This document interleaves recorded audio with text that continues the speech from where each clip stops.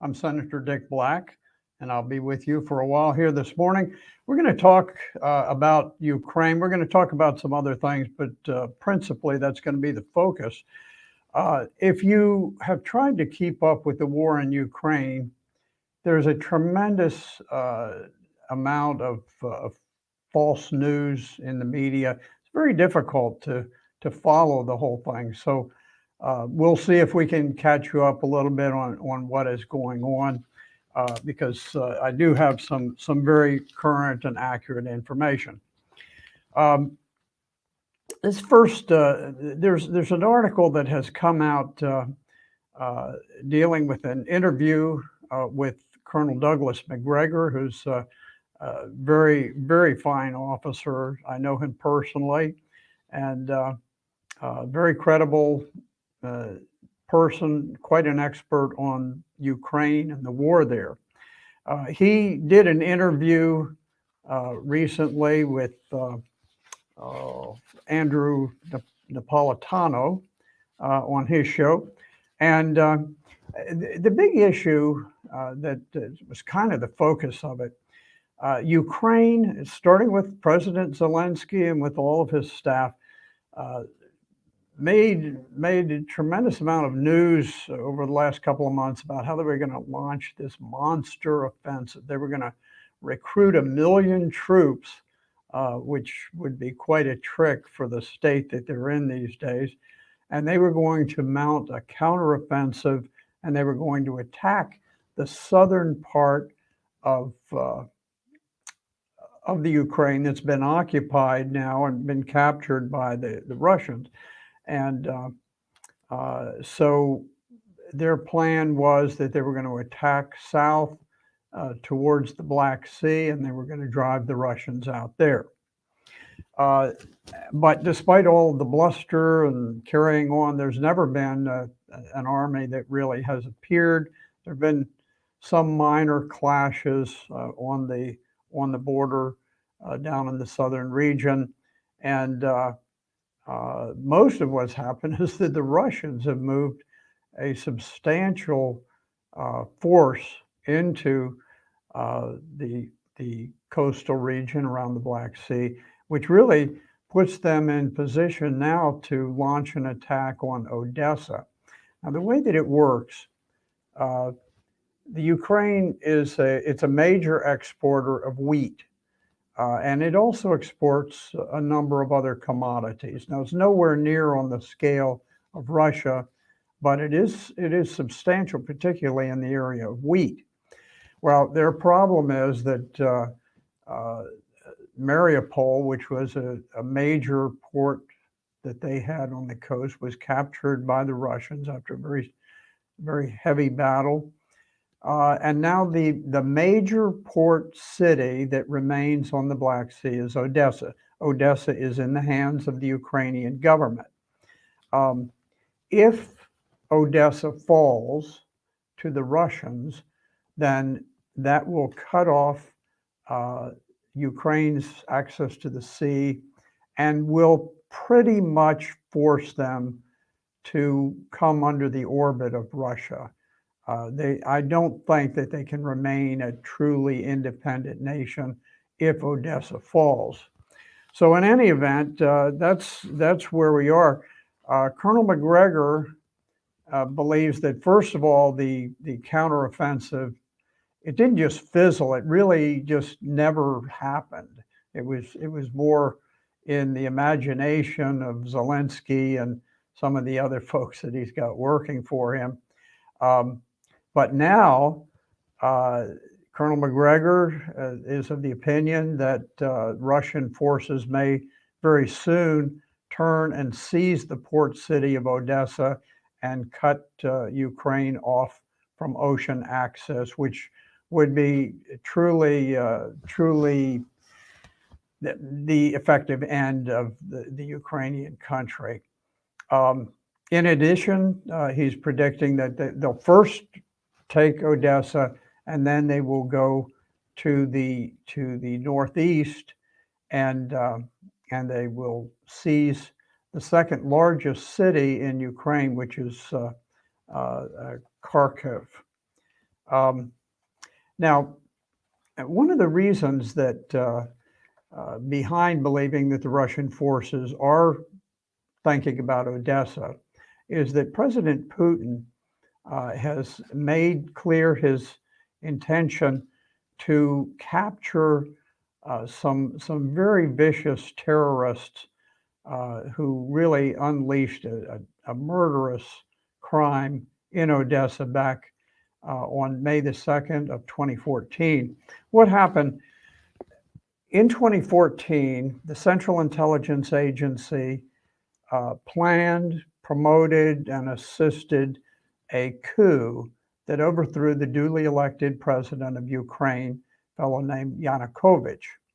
Yanukovych was driven out on a couple of months before this crime in Odessa. And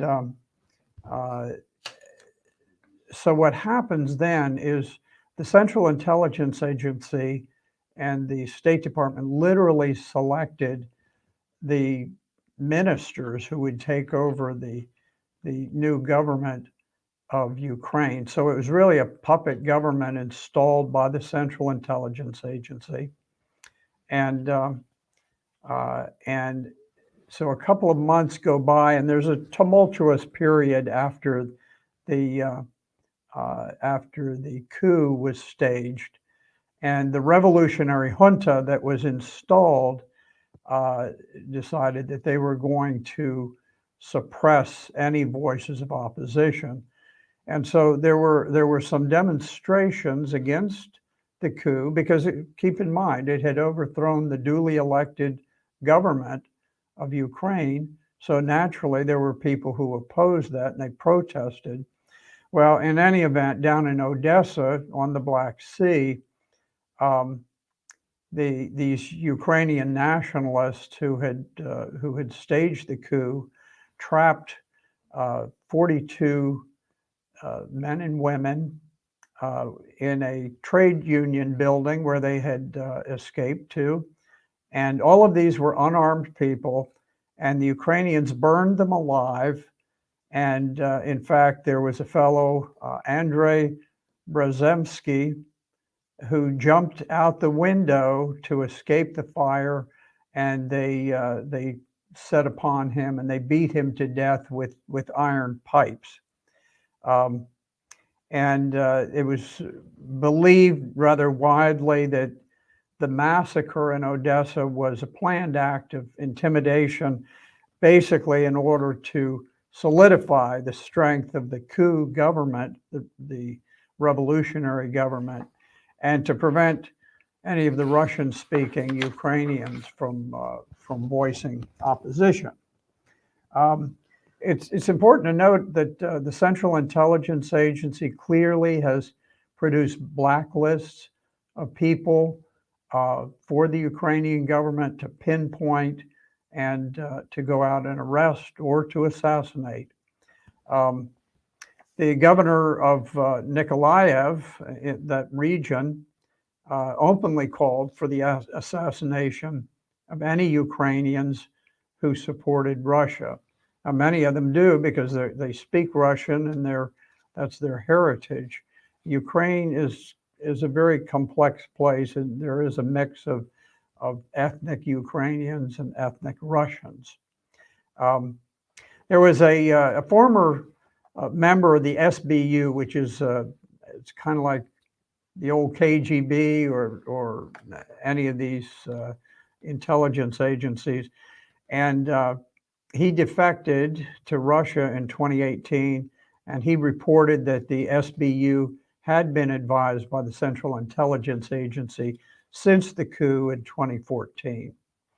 But in any event, the Ukrainian military failed to pull off their much touted Kherson counteroffensive on the Black Sea. And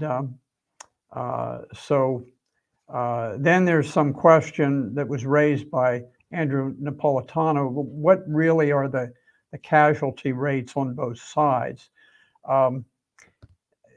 It is the opinion of Colonel McGregor that the that the actual number of Russian dead is somewhere between 13 and 15,000 dead, as opposed to 60 to 80,000 on the Ukrainian side.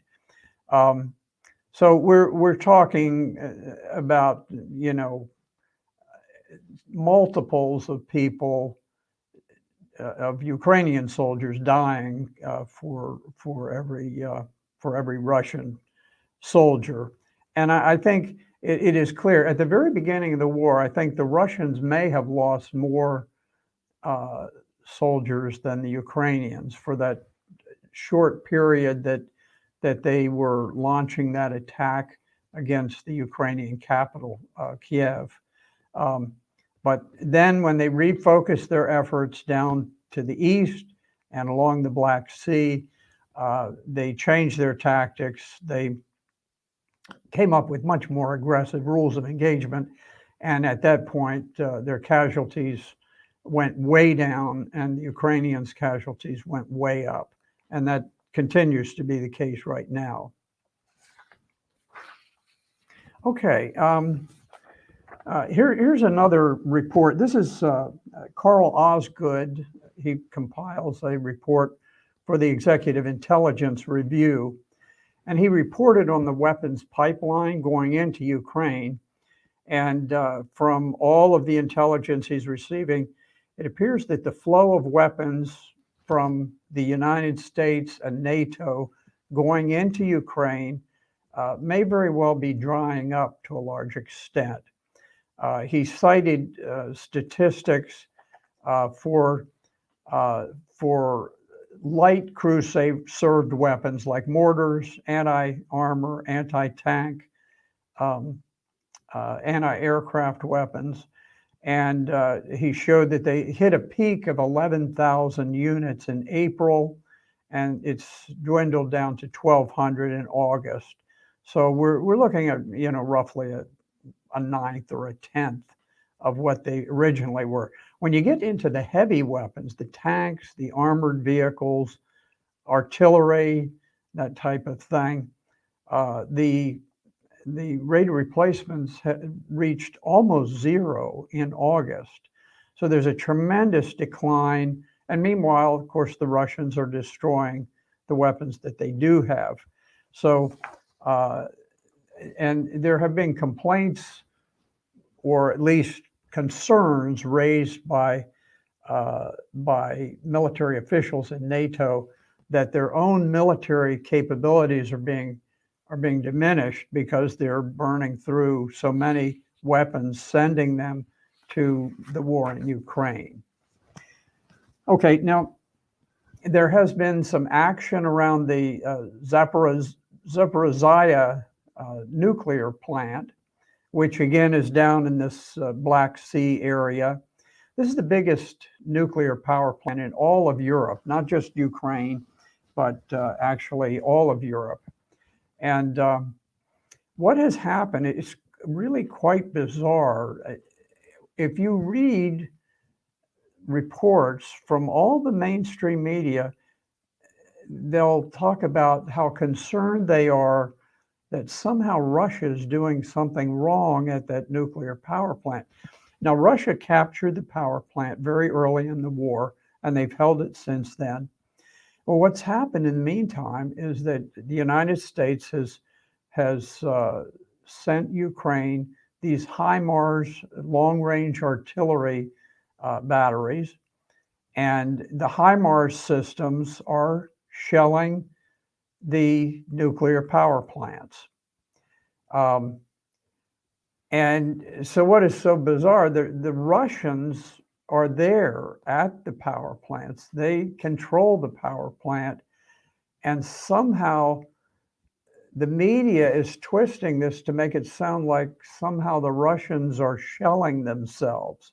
It's not the Russians shelling the Zaporizhzhia power plant. It is American-made HIMARS artillery being operated on behalf of the Ukrainian army.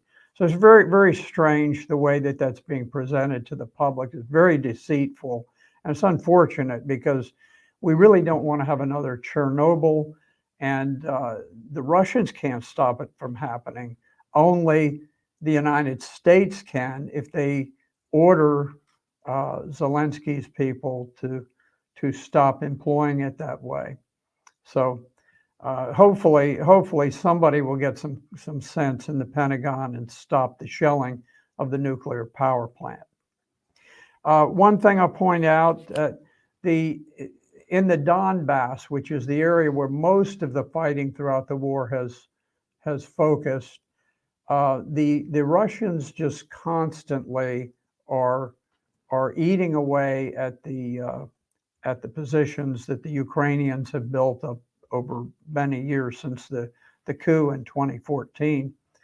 And there was a small city or big town, I'm not sure what you call it. It's a place called Pesky, and it's actually quite important. Even though it's a small location, it's been fortified by the Ukrainian army. And since 2014, Pesky has been used to fire artillery at the civilians in the Donetsk Republic, which is part of the Donbass. That's the part that's pro-Russian. And they've killed 14,000 people, most of them civilians, ever since the Obama administration overthrew the government of Ukraine and installed its own people in 2014. So that's a big, it's a small place, but it's a big victory because it now makes it very, very difficult for Ukraine to shell the civilian population in the Donbass. And so that's, and it may allow for the reopening of the airport to the Donetsk People's Republic. Okay, I'm gonna shift topics now, and you know, this critical race theory has become a huge issue. It has permeated corporate life, academia, public schools. It's a very powerful influence. And here are a couple of indications of where it is. It's been, like all of the bad things that come out of us, it's exported overseas. And there's an article in Homeworld News out of England where they're reporting that a top Royal Air Force official quit over woke policies. Well, specifically what happened, the head of recruitment for the Royal Air Force resigned because of restrictions on recruiting white males to serve in the Royal Air Force. And they had stopped recruiting white males because they have quotas for female applicants and minority applicants. And they're quite extreme. The RAF, Royal Air Force, has set a goal of doubling the current percentage of women so that by 2030, 40% of all of the military recruits would be female. A lot of women raise families and they're not interested in military service. So you're talking about an extraordinary number of the remainder, which includes, unfortunately, I know this for a fact, a tremendous portion of lesbians who are in the military. And so, it's a tremendous deterioration of the morality, the decency, patriotism, and so forth when you get too many people of that sort.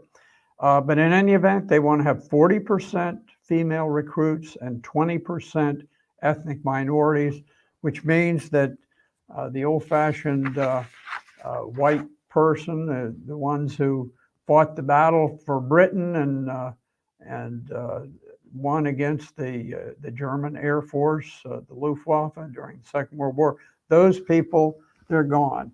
They're a thing of the past. Now, what's interesting is the same thing is going on over here.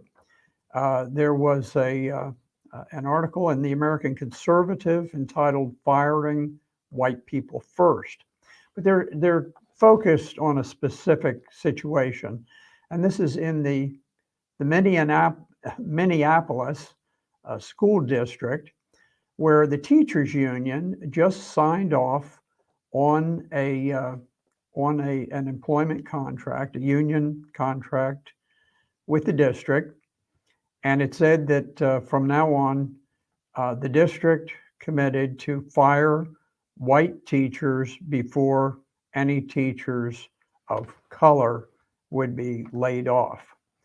And it's quite an amazing thing. I mean, for most of my lifetime, we have been pounded with this idea that, equal opportunity and this kind of thing, which really meant a little boost up for minorities, but at least it wasn't so oppressive. But what has happened is that with critical race theory, we have this diversity, equity training going on all over the place, and it is so repressive that whites and Asians really are afraid to articulate any objection to anti-white or anti-Asian racism, no matter how severe and how blatant it is. I mean, this really goes against American tradition going back for the last 75 years, I guess.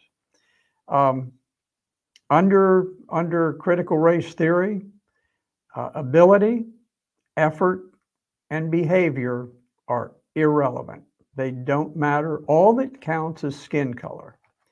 And I'm going to tell you, there's no nation that despises its most productive and law-abiding citizens can survive for long. It just can't happen.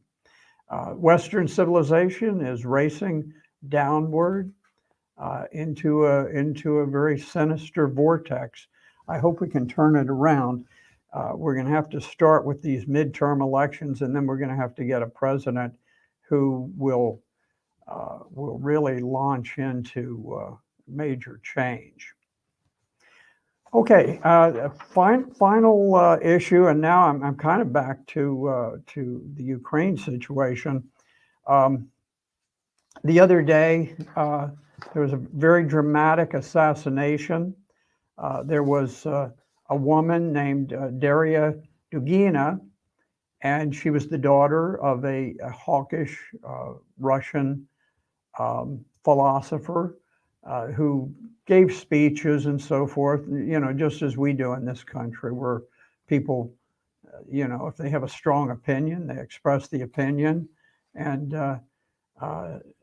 Daria Dugina and her father, now her father was the primary one, but Daria went with him, and she was behind him in what his views were, which were very, patriotic and very, very pro-Russian. Well, in any event, I suspect the Ukrainians, probably with targeting information from the CIA, British MI6, assassinated her.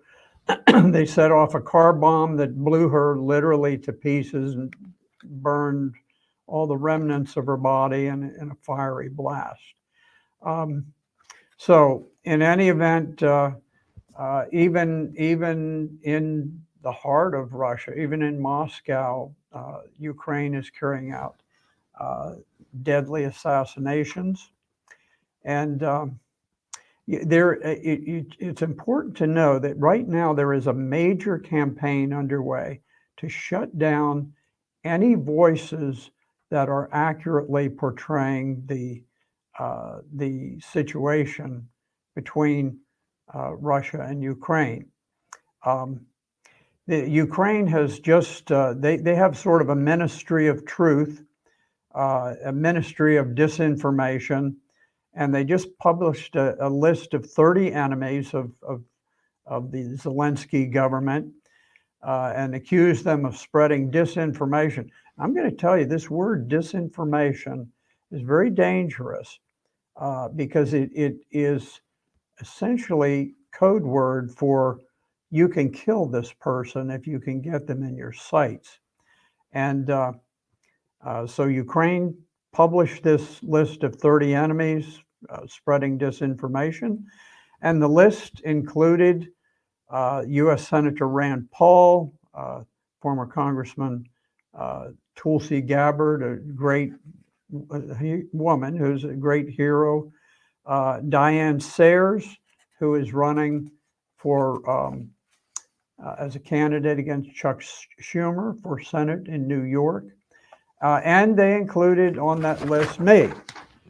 So I have the great distinction of having been condemned as one of three people, actually. The ISIS Caliphate, the great terrorist movement that spread throughout the Middle East and was then suppressed. At the height of their power, they only singled out three people as enemies of ISIS, and I was one. And they called me the American Crusader. So I'll accept that I am an American Crusader, and so I'm the only person who has ever been both on the list condemned by ISIS and now on the list condemned by the Ukrainian government. The Ukrainian government put up this hit list of 30 Americans, and there was a tremendous backlash that spread across Europe because there were a number of Europeans among the 30, and they quickly pulled down the list so that people couldn't see it. But we know who's on the hit list, and now that we have seen the woman assassinated in Moscow for, among other things, what they call disinformation, now they've labeled these 30 Americans as people who are promoting what they call disinformation. And so it makes it very interesting when they're starting to lay out this roadmap, this kill map. So the Ukrainian government, it has a very, very ultra-violent history that you would never know of if you listen to the mainstream media. It is amazing what they have suppressed. But in any event, we'll pick it up from there. We'll see what the future holds. I think we have a lot of good things on the horizon with the midterm elections, with changes that have come about from the Supreme Court that are encouraging initially. So we'll see. We'll all pray that this country survives.